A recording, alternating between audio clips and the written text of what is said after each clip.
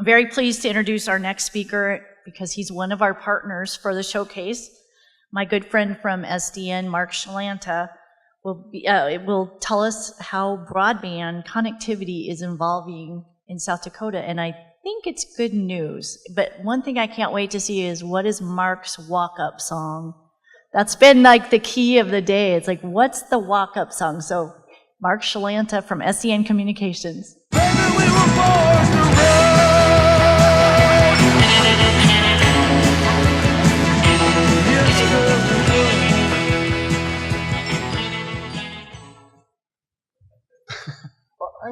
I am a big Springsteen fan, so thank you. Actually, just this past weekend, my wife and I went to Kansas City to see Billy Joel, and it's the second time in about 3 years we've seen him, about 2.5. But also in 2016, I was able to see Springsteen when he was in the Twin Cities, which was the second time I got to see him, because the first time was 1984, and of course my kids are like, oh my God, Dad, you know, get some music from this century at least. But thank you for Born to Run, one of my favorite artists.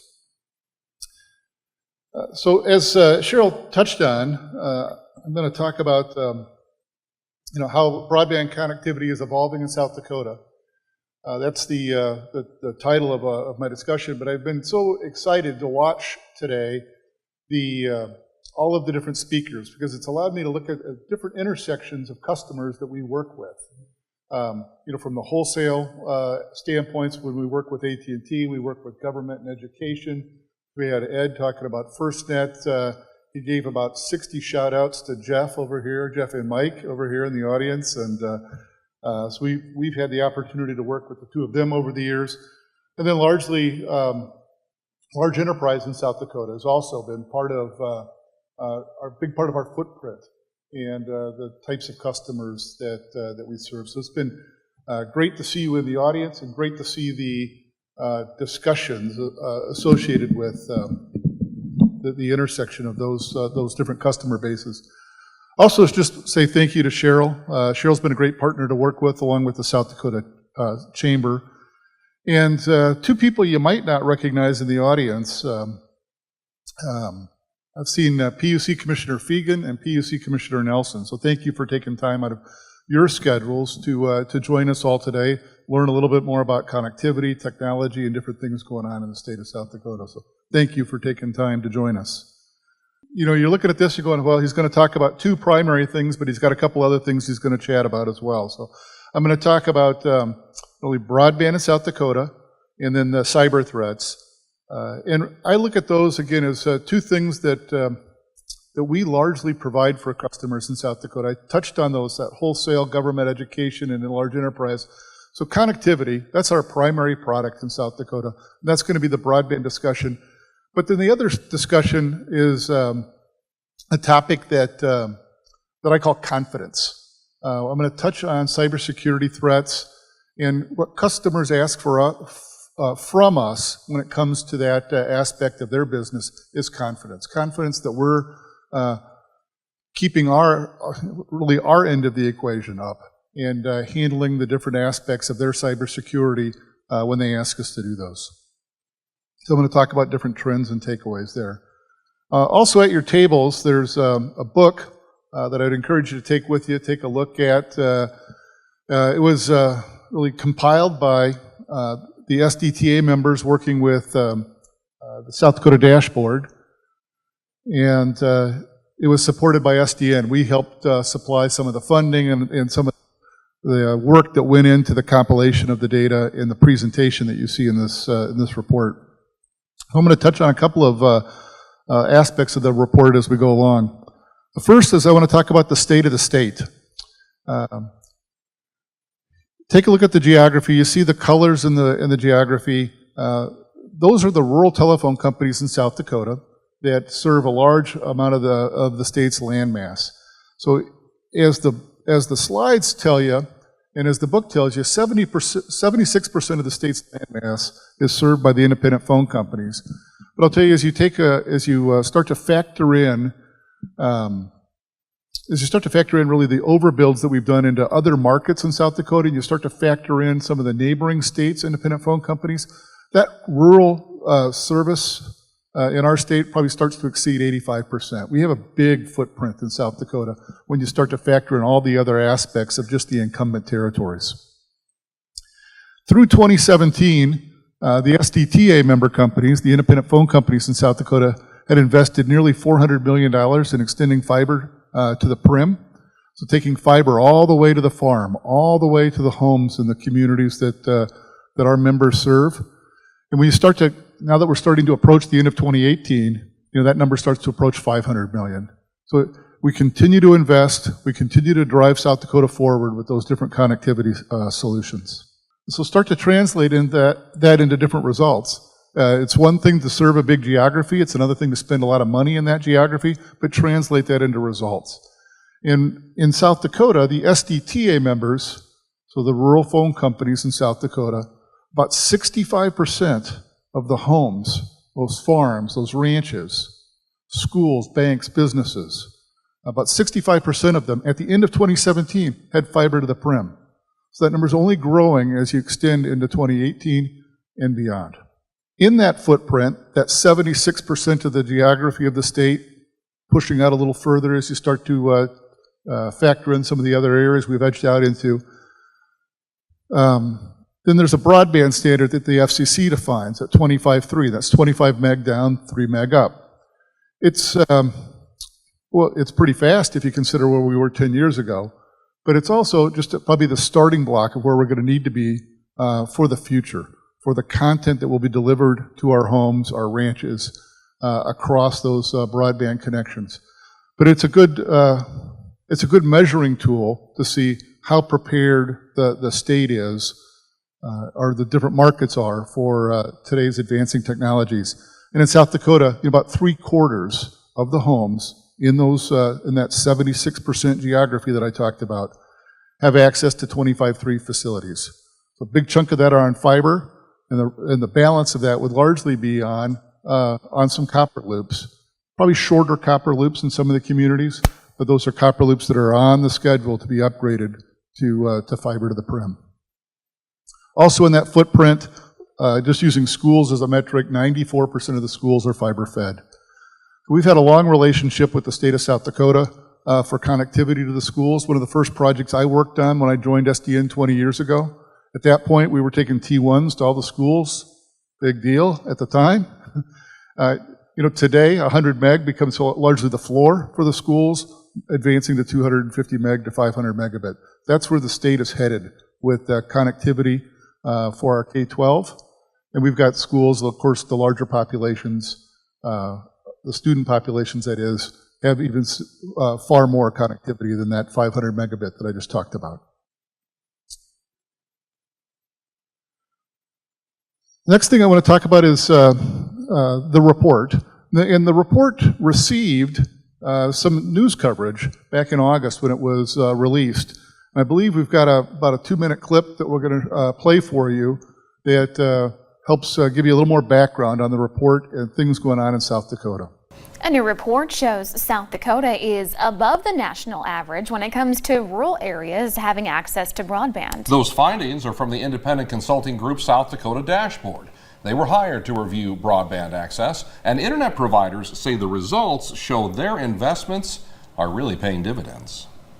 This is ranchers, farmers that now have access to markets. The report shows a promising future for broadband access at a time when the current system rates above national averages. In many cases, our member companies are planning their communications networks to handle data traffic 2 and 3 decades into the future. Richard Coit with the South Dakota Telecommunications Association says his group asked an independent technology consultant group based in Rapid City called the South Dakota Dashboard to review rural broadband access here in the state, then report back on if the current system was good or not.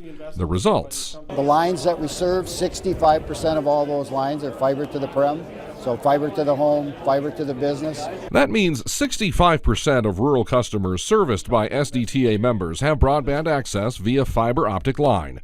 By comparison, the national average is 40%. Being able to be connected with a reliable service line in order to be able to offer value back to our clients has been indispensable. Jennifer Reese is the Chief Learning Officer with N2 Growth, an international executive search company. She works out of her Del Rapids home, but says she wouldn't be able to if she didn't have quality, high-speed broadband. And she says providing it to as many rural areas as possible could save those smaller towns from fading away. Huge benefit to the technology is to be able to sustain the quality of life that we have here in Del Rapids and across the Midwest, and know that we can still service clients, again, both locally, nationally, and internationally. And another sign of the importance of broadband availability is something a realtor recently told Rich Coit. It's getting to the point where it's hard to sell a house if they don't have good broadband in the house. If you would like to read that broadband report for yourself, I've added a link with this story on our KSFY News app and also our website at ksfy.com. You saw Jennifer in the news story, but I'm going to talk about the future of broadband. And this particular stat that I have talks about American workers as of 2016 being able to do some or part of their work from their home using a broadband connection. And I look at that stat, frankly, I thought that was very low. I bet all of us in this room use a broadband connection at our homes to do part of our job at least once a week, if not every day. I think I kind of fall into that everyday category. At some point, the technology in my house is helping me advance my work as well. But part of that, I think, is where we live. Not every aspect of the country, or every part of the country, has the access to broadband that we have in South Dakota. So you start to filter that across areas that are un- or underserved, and then you start to filter that across different types of jobs, perhaps, that don't have an access or don't have a need for access to broadband. And I can see where the number starts to skew down a little bit, but again, my first reaction was that's an amazingly low number for the United States, and a number that's only going to grow as we head into the future.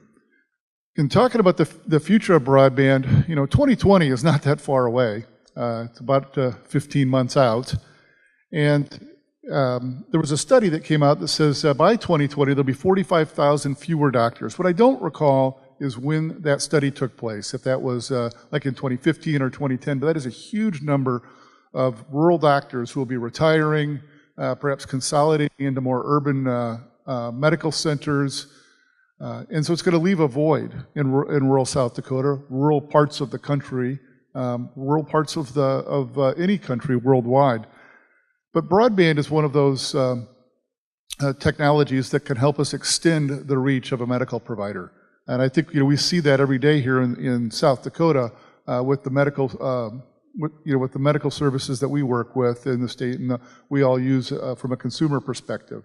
Avera, Sanford, Regional Health out of Rapid City are all very advanced when it comes to their rural telehealth reach and their ability to reach into those different markets. And they continue to advance in terms of what they are able to offer for patients in terms of follow-up care. The slide touches on an increase in patients over 65. That's just the simple baby boom aging. And that we're all in this room, we're starting to approach that every day. We get a little closer to those kind of numbers. We become a little closer to those statistics. But as we age, and we've seen in the country, you have higher incidence of diabetes and other types of disabilities, and those become kind of accentuated in the rural populations because of the access to healthcare and to follow-up. So certainly with telehealth and being able to communicate with a physician, you have greater access to healthcare, no question. But one of the things I've learned along the way as well, in terms of the way broadband can help with in a telehealth environment, is in follow-up. Right? You have better outcomes when the patient is able to see the doctor more often, and you put less stress on the family if they don't have to load up an aunt, an uncle, a child, and take them a 2.5, 3-hour drive to go see the physician and then return. So they don't have to take a full day off from work. They may be able to do that follow-up from work, maybe just in an afternoon, going over to the uncle's house to help support that connection and making sure there's another patient advocate in the room. But those are the ways that broadband again, touches our lives every day, not just in rural South Dakota, but across rural aspects of the country. When some of the speakers were talking, especially Daktronics, and they're talking about the pixels getting tighter and tighter, and just the weaving of all of their different LED diodes, I couldn't help but think of how these applications that I have up on the slide here now kind of all weave together into one big bundle. They are the intersection of the future of broadband. We talk about a connected society. So we just talked about telehealth, but those same applications have been traveling a fair amount of this month of September. And, usually I'm text message to my wife, a phone call to my wife. But, now being able to support a video call. Again, 5 years ago, you didn't see much of that. But today, you can do more and more of that. And I haven't been the best adopter of those technologies. I just give her a call. But usually because I'm driving, and that's probably not the best time to be using the video call. But those types of technologies are now available to us. From an education standpoint, I touched on the Connecting the Schools project in South Dakota. Certainly, broadband has been a huge developer of what we're able to accomplish on those. But I also think about some of my own personal experience as a volunteer. Sometimes you have to have certain certifications, or you have to take some online training, and all of that anymore can be delivered. If you choose to do it at 4 o'clock on a Saturday afternoon, you can do it from your kitchen table. You don't have to travel to a training or a certification class. More and more of that can be accomplished across broadband. And I look at a couple of the pieces on here, and I can't help but think of security. Security is going to be one of the big pieces that is going to help us have those great experiences with our broadband future, not just in South Dakota, but across the country. And it's going to be across a variety of media, whether that's wireless, wired, could be a fixed wireless, could be a variety of different pieces. But the way you consume your broadband connection is all going to be, all need to be safe and supported across those different platforms. So I'm going to touch on a couple of security items as well in these upcoming slides. But the last two things I wanted to touch on, the mayor touched on 5G and small cells. And we see some deployments of that in South Dakota, and you might hear carriers talk about it as densification. And a carrier like SDN, as an example, the way we participate in that is largely through vertical assets and our fiber assets, in terms of just the connectivity and the placement of those vertical assets that help support the antenna structures.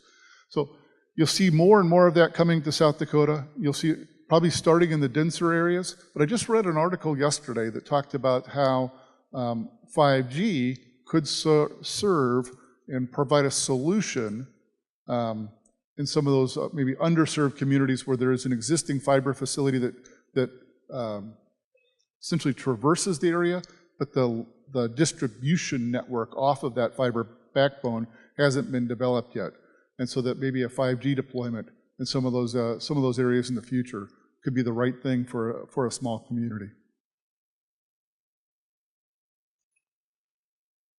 So I touched on cybersecurity, and to me that's the second item that I touched on, which was confidence that customers ask about from SDN.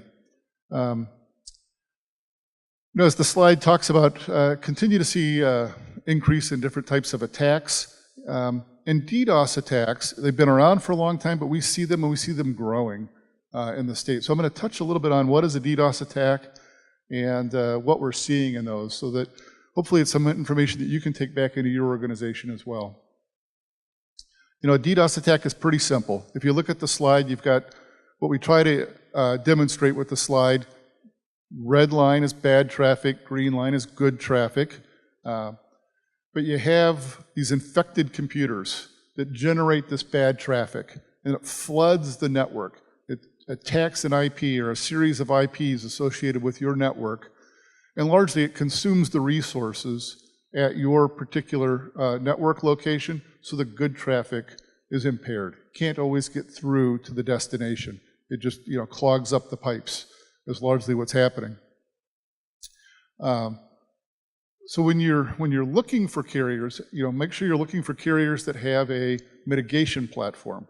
in a mitigation platform, something that can intercept that bad traffic, detect it, and reroute it, redivert it, divert it away from your business so that green traffic can ultimately continue to get to your business. And that's a platform, as an example, that we have deployed in support of our member companies and our large enterprise customers. So again, we've seen an increase in sophistication of different types of attacks when it comes to DDoS attacks. So as the slide indicates, well, nearly all anymore, 85% in the second quarter were multi-vector. And so what it's trying to tell you is essentially the attackers are getting more sophisticated in the types of attacks that they launch, so that maybe perhaps your system is set up to detect one type of attack that's been pretty common, but they're trying to find other ways to block your system or interrupt your production day. And so we've seen that increase. In this next slide, I'll show you both on the types of, or the number of attacks or vectors and the size of those attacks. So the blue line is 2018. The red line is 2017, comparing the second quarter of both those years. So in 2017, we're seeing, like a 6-vector attack, maxing out between 4 and 5 gigabits. But in 2018, we're seeing, well, up to 11 vector attacks, and we're seeing a 7-vector attack that starts to approach 6 gigabits to customers on part of our networks. So again, the attackers are becoming more sophisticated, so your defenses have to become more sophisticated in order to counteract those different attackers from interrupting your business. Duration is another thing that we've seen continue to increase.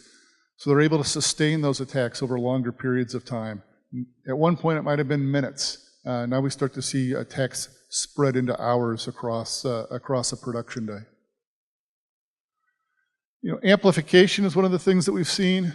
I'm not a coder, I'm not a hacker, but they get smarter. And so they're able to use different types of devices that are out there. So a MIM cache is one that they're able to use, and they're able to essentially store the attacks, different types of attacks, on these caches and release them instantaneously to flood the networks.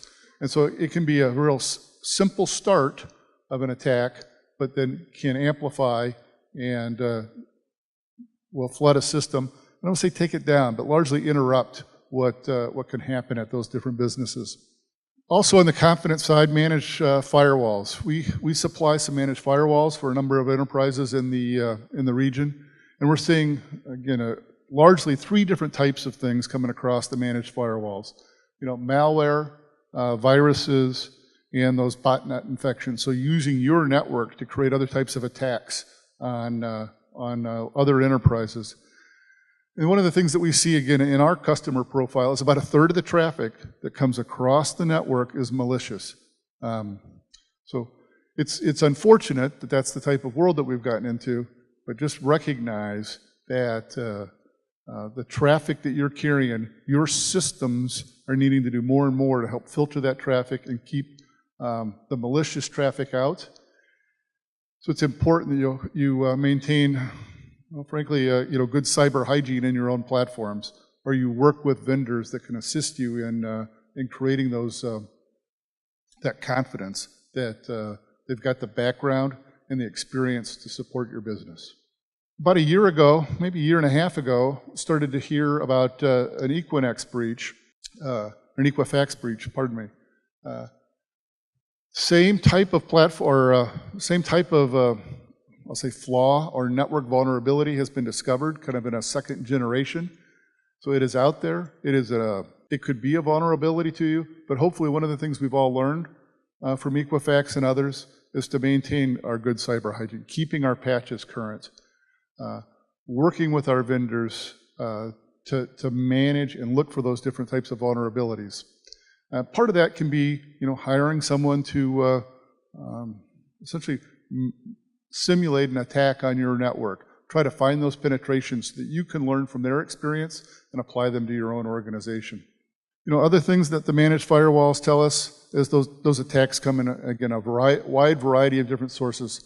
I touched on those earlier about the multi-vector aspect. These are just some examples of things that we see across our firewalls. associated with our managed firewall platform. Again, periodic testing, keeping your passwords current, changing them. One of the things I've been reading recently is, we're all used to like an 8-digit password, then you grew them to 12, and you grew them to 16, and you added different types of characters. An odd number.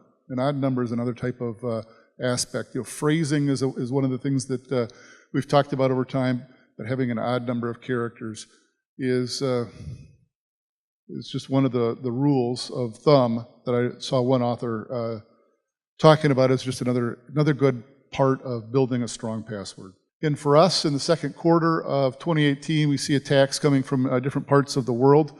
We used to see North Korea, aspects of the Indian Ocean, as these places where these attacks are launching.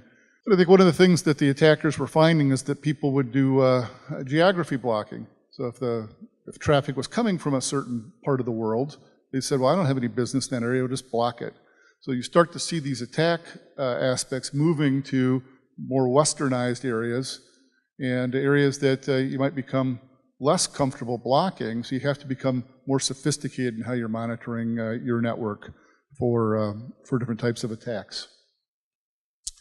A couple of final takeaways, and they're on the screen here, but just, I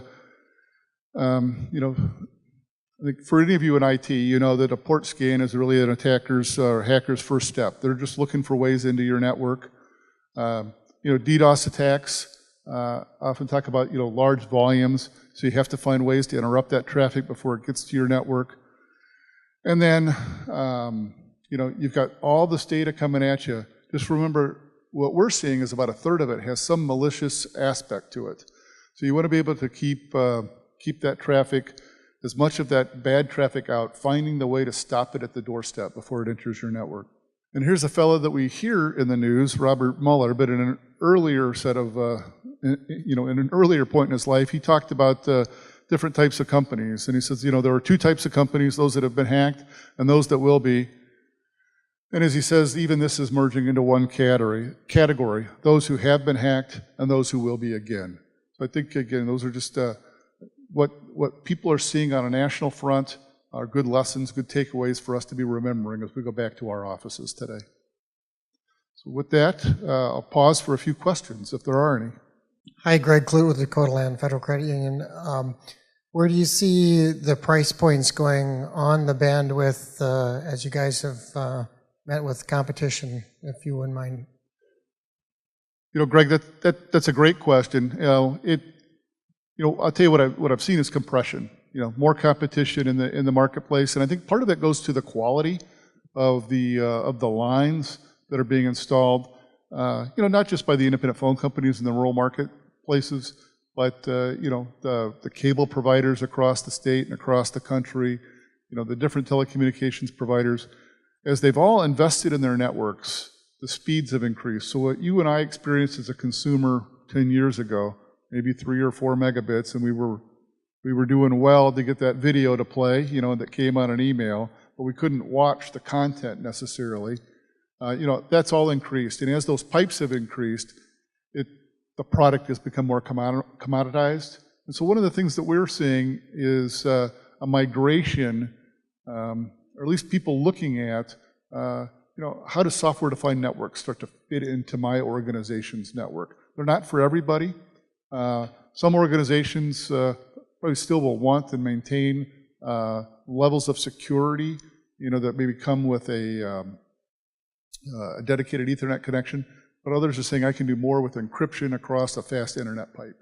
So we're seeing that trend, and I don't think we're the only carrier in the country that sees that.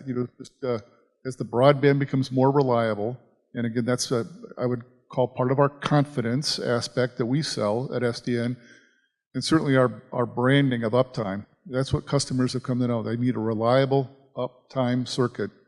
And the challenge will be I'd say for us is as the circuit becomes more reliable and faster, what is the appropriate price point? What are businesses willing to pay for that circuit? You'll always find someone who will try to sell you a low ball to get into the door, but at the end of the day, it has to do the job you want it to do for your business, especially.